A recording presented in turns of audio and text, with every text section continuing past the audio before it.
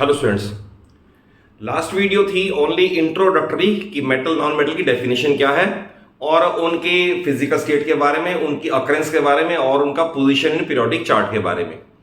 इस वीडियो में physical properties of metals में डिस्कस कर रहा हूं और इस वीडियो को जरूर आप पूरा देख ले। रीजन बीइंग बहुत सारे 1 मार्क का क्वेश्चन और एमसीक्यू इन्हीं में से पिकअप करके एग्जाम में आपके दे दिए जाते हैं और आपको जब सारा कॉन्सेप्ट वाइज क्लियर होता है या आपको सारी एक्सेप्शंस पता होती है कौन सा किस में एक्सेप्शंस है, तो क्वेश्चन को आंसर करना इजी हो जाता है।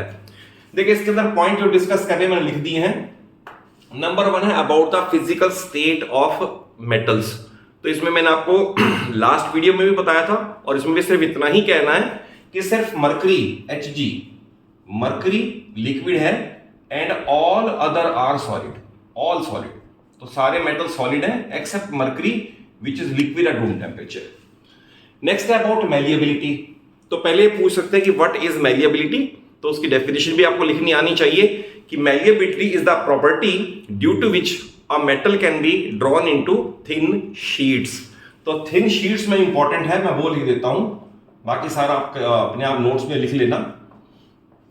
जिससे मेटल थिन शीट्स में कन्वर्ट हो जाए वो उसकी प्रॉपर्टी मैलिएबिलिटी की है। तो मेटल्स मैलिएबल है, मरकरी को तो छोड़ दें, वो तो लिक्विड है, बट सॉलिड की ही बात करेंगे।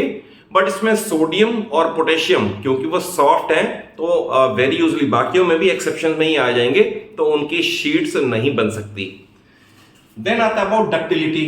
तो डक्टिलिटी की भी डेफिनेशन आनी चाहिए कि the property of metal due to which it can be drawn into thin wires.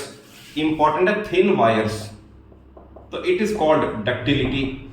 तो मेटल्स अगर मरकरी को छोड़ दें वो लिक्विड है, तो metals are ductile in nature. और आपको पता है जितने भी आपके घरों में वायर्स और केबल्स होती हैं, इलेक्ट्रिकल वायर्स और इलेक्ट्रिकल केबल्स होती हैं, सारी ही कॉपर और एल्यूमिनियम की ही बनी होती हैं। तो it is due to ductility of metals. इसमें भी फिर वही सोडियम पोटेशियम एक्सेप्शन आ जाएंगे क्योंकि वो सॉफ्ट है। एक इसमें और है कि लेड एक अकेला मेटल है जिसकी शीट्स तो बन सकती हैं बट वायर्स नहीं बनती। तो कई बार 1 मार्कर में ये भी पूछ सकते हैं कि कौन सा ऐसा मेटल है जो मेलिएबल तो है बट डक्टाइल नहीं है। तो lead is the only metal जो मेलिएबल है बट डक्टाइल नहीं है। नेक्स्ट आता है लस्टर। ये भी बड़ा इंपॉर्टेंट पार्ट है। We say that the metals have lustrous surface. अगर मैं लस्टरस कह रहा हूं तो लस्टरस का मीनिंग है शाइनिंग, शाइनिंग सरफेस। बट आपको ये क्वेश्चन अराइज होना जरूरी है कि क्या सारे मेटल्स हमें शाइनिंग नजर आते हैं? तो सारे शाइनिंग तो नजर नहीं आते। रीजन बीइंग आप किसी भी मेटल को जब एयर को एक्सपोज करोगे तो atmospheric gases like O2, CO2 and other gases and water vapours उस पर अटैक करेंगे और उसकी लस्टर धीरे धीरे कम हो जाएगी। तो आप देख लें गोल्ड का लस्टर बहुत लंबे समय तक मेंटेन रहता है। रीजन बीइंग गोल्ड एयर से और अदर गैसेस से या वाटर वेपर से, मॉइस्चर से अटैक नहीं होता, तो गोल्ड का लस्टर बना रहता है। बट अदरवाइज तो बाकी मेटल की बात करोगे, अगर फ्रेशली कट पीस को देखोगे, फ्रेशली कट, तो आपको इमीडिएटली शाइनिंग ही नजर आएगा। एंड इट इज ट्रू कि मेटल्स हैव लस्टरस सरफेस यानी shining surface, but lustre is lost due to attack of atmospheric gases after some time. Next है इलेक्ट्रिकल कंडक्टिविटी। तो metals are good conductor of electricity, but इसमें important ये कि reason क्या है, कि what is the reason of good conductivity of electrical conductivity of metals. तो ये आपको पता होना चाहिए। दोनों का रीजन अलग अलग है। थर्मल कंडक्टिविटी नेक्स्ट पॉइंट है, बट अगर पूछेंगे इलेक्ट्रिकल कंडक्टिविटी तो इसमें सबसे इंपॉर्टेंट है they have free valence electrons, they have free valence electrons which are able to move, valence electrons which are able to move. और आपको पता होना चाहिए कि इलेक्ट्रॉन का मूवमेंट ही it also constitutes electric current. Free valence electrons which are able to move, तो ये इसका रीजन है। इतना ही अगर लिख दोगे तो एग्जामिनर को, चेकर को पता चल जाएगा कि आपको इसकी बेसिक नॉलेज है। नेक्स्ट आता है अबाउट थर्मल कंडक्टिविटी। तो we say that the metals are good conductor of heat. तो पहले इलेक्ट्रिसिटी तो कह ही दिया, तो हीट का भी है। सिल्वर का भी कहते हैं, सिल्वर बेस्ट कंडक्टर है, इलेक्ट्रिसिटी का भी, रादर हीट का भी है। तो इसका रीजन अलग है। अगर ये पूछे why metals are good conductor of heat, तो हम फ्री इलेक्ट्रॉन नहीं कह सकते और उसका रीजन अलग है। इसका रीजन ये है कि they can transfer heat by conduction. They can heat transfer by conduction, तो therefore they are good conductor of heat also. तो इसका आप समझ लें, अगर सपोज आपने एक मेटल की रॉड ले ली, लेट अस से मेटल रॉड है, तो मेटल रॉड में अगर सपोज यहां आप बर्नर लगाकर इसे हीटअप करेंगे तो थोड़ी देर बाद ये पार्ट भी हीटअप हो जाएगा। तो इसमें क्या है, हीट ट्रांसफर बाय कंडक्शन। तो ये भी पता होना चाहिए what is heat transfer by conduction.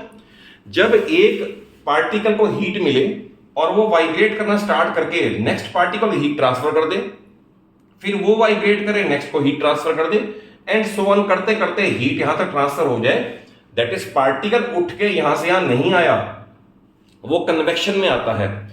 Particle उठ के यहां से यहां नहीं आया, वो वहीं का वहीं है, बट हीट उसने ट्रांसफर कर दी, तो it is called heat transfer by conduction. Reason being particles on heating simply vibrate about their mean position and keep on transferring heat to neighbouring particles. तो इस तरह से ये हीट ट्रांसफर बाय कंडक्शन करते हैं, ये रीजन है इसकी कंडक्टिविटी का। नेक्स्ट है हाई डेंसिटीज। तो हाई डेंसिटी में हम यही कहेंगे metals have usually high densities. हालांकि हाई में भी कुछ ऐसे हैं, जैसे एल्यूमिनियम है, उसकी 2.7 है, बहुत ज्यादा हाई नहीं है, हल्का मेटल है एल्यूमिनियम। आयरन की कहेंगे तो आयरन 7.8 है, इससे हैवी है। गोल्ड की कहोगे या लेट अस से मर्करी कहोगे या लेड कहोगे, वो इससे और हैवियर है। But we say that metals have high densities, और इसमें भी एक्सेप्शंस हैं, वही सोडियम और पोटेशियम, उनकी डेंसिटीज लेस देन 1 है।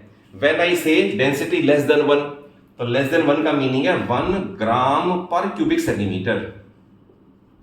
तो ये आपको पता है, हमने 9th में फ्लोटेशन वाले पार्ट में पढ़ा है कि जिसकी भी रिलेटिव डेंसिटी लेस देन 1 होती है वो वाटर पे फ्लोट करता है, और जिसकी मोर देन 1 होती है वो सिंक कर जाता है। इसलिए सोडियम का पीस जब आप ट्रफ कंटेनिंग वाटर में थ्रो करोगे, फेंकोगे उसके ऊपर, तो वो उसके ऊपर पहले फ्लोट करेगा। रीजन भी उसकी डेंसिटी लेस देन 1 ग्राम पर क्यूबिक सेंटीमीटर है, तो ये एक्सेप्शंस में आ गया। नेक्स्ट है टेंसाइल स्ट्रेंथ। अब टेंसाइल स्ट्रेंथ क्या है, पहले तो इसका मीनिंग पता होना चाहिए। Tensile strength means load bearing capacity, we can write it as load bearing capacity. That is किसी ऑब्जेक्ट को कितने वेट तक बिना मुड़े बिना टूटे उसके ऊपर वेट या स्ट्रेस डाल सकते हैं, वो उसकी टेंसाइल स्ट्रेंथ डिटरमिन करता है। अगर सपोज ये मेटल रॉड है, हमने इसके ऊपर लेटर से 1 kg रखा और ये ट्विस्ट नहीं हुआ, और 2 रखा तो ट्विस्ट हो गया, तो हम ये कहेंगे इसकी टेंसाइल स्ट्रेंथ लो है। और अगर सपोज कोई और है, उस पर 2 kg भी रखा, 3 रखा, 5 kg रखा, फिर भी वो ट्विस्ट नहीं होता, तो वी से it has more tensile strength, तो लोड बेयरिंग कैपेसिटी। नेक्स्ट है सोनोरस। सोनोरस का मीनिंग है they produce sound on happening.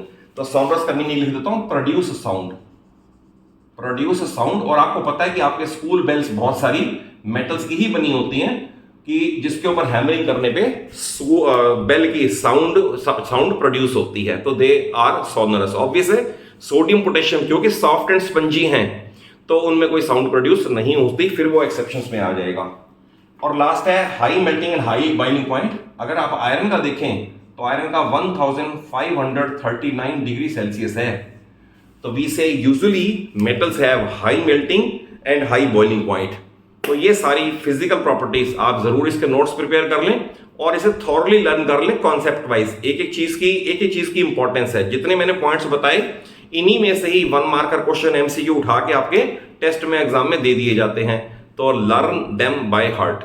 और अगर कॉन्सेप्चुअली समझ आया हो, वीडियो अच्छी लगे, जरूर इसे एक लाइक दे दो, अपने सभी फ्रेंड्स को, सभी क्लासमेट्स को शेयर कर लो, और चैनल सलूजा क्लासेस को जरूर सब्सक्राइब कर लो। रीजन बीइंग कि आपको 9th और 10th पूरी फिजिक्स, केमिस्ट्री और मैथ्स और कहीं एक्सटर्नल हेल्प की नीड नहीं पड़ेगी। मेरे चैनल पे ही सारे first of all NCERT and then a lot of concept based extra questions मेरे चैनल पे आपको कवर होते हुए मिल जाएंगे।